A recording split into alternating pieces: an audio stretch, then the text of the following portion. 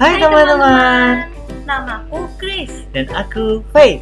Kami senang sekali kamu menonton video ini.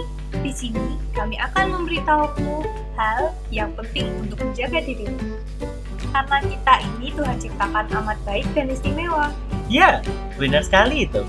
Kita juga sangat berharga di hati Tuhan Yesus. Tuhan memberikan kita tubuh yang baik. Tubuh kita adalah pemberian Tuhan yang sangat berharga. Kita perlu untuk menjaganya. Ayo kita pelajari bersama. Tuhan menciptakan kamu sangat berharga. Ia membentukmu dengan tangannya dan menjadikanmu serupa dengannya. Istimewa sekali bukan?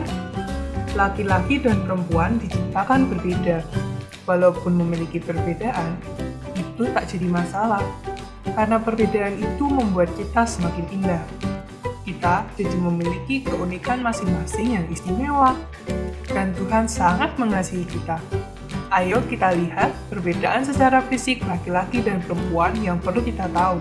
Tidak ada hal yang tabu, tetapi yang benar adalah kita mengerti bagaimana kita bertumbuh. Yuk kita lihat. Anak-anak, kita ingat bahwa Tuhan menciptakan kita amat baik. Tubuh kita adalah pemberian yang indah dari Tuhan dan kita harus menjaganya. Kita dapat mulai menjaga tubuh kita dengan mengenal bagian-bagian tubuh pribadi kita. Bagian tubuh pribadi yang ada pada laki-laki yaitu mulut, dada, penis, dan pantat.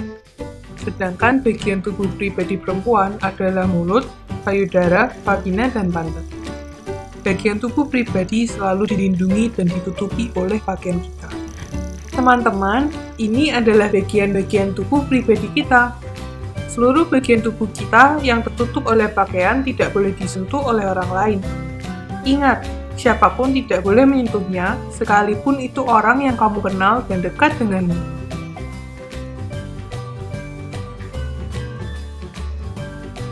Hanya kamu yang boleh menyentuhnya, dan dokter yang memeriksamu jika kamu sakit.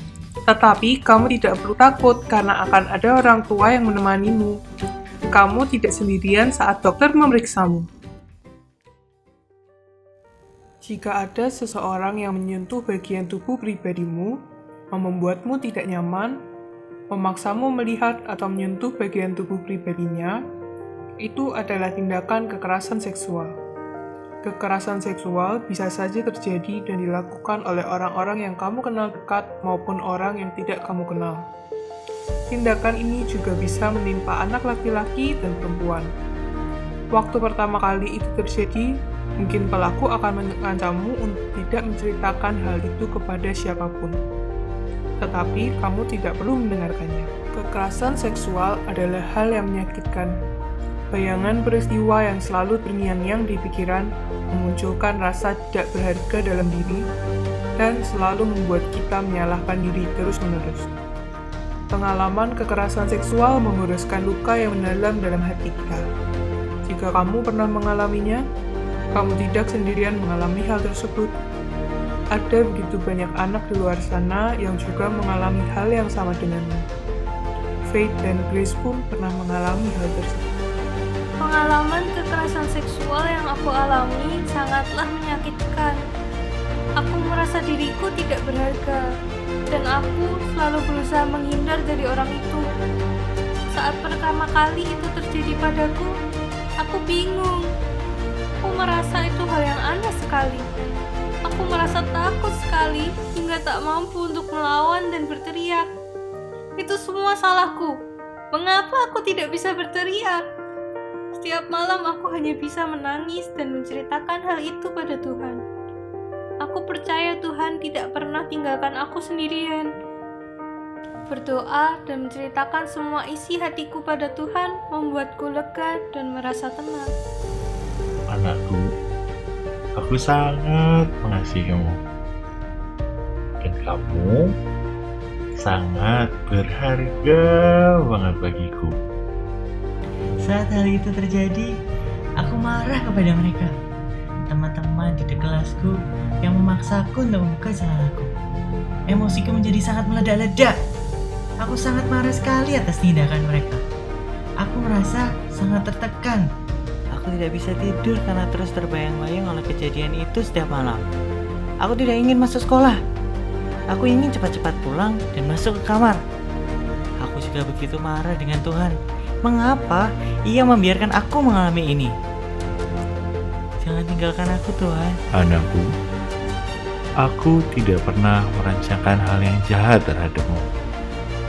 Aku begitu mengasihimu. Aku tidak pernah meninggalkanmu sendiri. Aku ada di sini bersamamu, menemani setiap proses yang kamu alami. Mungkin kamu juga merasakan hal yang sama dengan Faith dan Grace saat hal itu terjadi. Perasaan-perasaan itu akan terus muncul jika kita tidak segera mencari pertolongan. Pengalaman yang kamu simpan sendiri dan menjadi rahasia akan semakin hari semakin melukaimu. Dengan bercerita kepada orang dewasa yang dapat kita percaya seperti orang tua, guru, konselor, atau psikolog anak, kita akan dibantu untuk mengalami pemulihan. Kekerasan seksual memang sesuatu yang sulit untuk diceritakan. Tidak apa-apa jika kita perlu mengambil waktu sampai kita siap untuk menceritakannya. Tapi selalu ingat, ketika kamu siap untuk menceritakannya, ceritakan pada seseorang yang sudah dewasa, yang dapat kamu percaya dan dapat membantumu. Bercerita menjadi awal pemulihan untuk dirimu. Teruslah bercerita pada orang dewasa yang kamu percaya, hingga mereka melakukan tindakan yang dapat membantu dirimu. Kekerasan seksual yang terjadi sama sekali bukan kesalahanmu. Dirimu tetaplah berharga dan indah di hati Tuhan Yesus. Coba katakan pada dirimu, aku sangat berharga di hati Tuhan Yesus. Kita bisa menjaga kekerasan seksual agar tidak terjadi lagi pada kita dan orang lain. Ingatlah 3 poin penting: berteriak, berlari, dan bercerita. Ketika ada orang ingin menyentuh bagian tubuh pribadimu, hal pertama yang kamu lakukan adalah berteriak, "Stop! Jangan sentuh aku!" Ayo, coba katakan bersama-sama denganku. Tampilkan muka yang berani dan katakan, "Stop! Jangan sentuh aku!" Setelah itu, segeralah berlari menjauh ke tempat yang ramai. Dan langkah terakhir yang perlu kamu lakukan adalah bercerita. Ceritakan apa yang kamu alami kepada orang dewasa yang dapat kamu percaya. Teruslah bercerita sampai orang lain melakukan tindakan yang dapat menolongmu. Pengalaman kekerasan seksual yang tidak diceritakan akan menjadi rahasia paling menyakitkan jika kamu terus menyimpannya sendiri. Kamu berhak untuk bahagia, merasa aman, dan dilindungi. Ada banyak orang yang peduli dan siap menolongmu. Kamu bisa bercerita pada Tuhan Yesus yang selalu setia menemanimu melalui doa. Setelah itu, kamu bisa bercerita kepada keluargamu, guru-guru, konselor, atau psikolog anak yang sayang dan peduli padamu. Kami senang sekali untuk kehadiran mereka dalam hidup kami. Sekarang kami benar-benar merasa aman, dilindungi, dan pulih dari pengalaman kekerasan seksual yang menyakitkan. Setelah kami bercerita, ceritakanlah kisahmu, kamu tidak sendirian. Menceritakan pada orang dewasa terpercaya atau mengungkapkan kekerasan seksual dapat membantu menghentikannya dan memulai pemulihan di dalam dirimu. Jadi, tidak perlu malu dan takut untuk menceritakannya. Jika kamu pernah mengalaminya dan membutuhkan bantuan seorang sahabat untuk mendengar ceritamu, kamu bisa menghubungi Kak Yuliana, Kak Prima, dan Kak Melati. Kakak-kakak ini juga sangat sayang dan peduli padamu. Mereka ingin menolongmu mengalami pemulihan, sama seperti yang sudah dialami Faith dan Grace.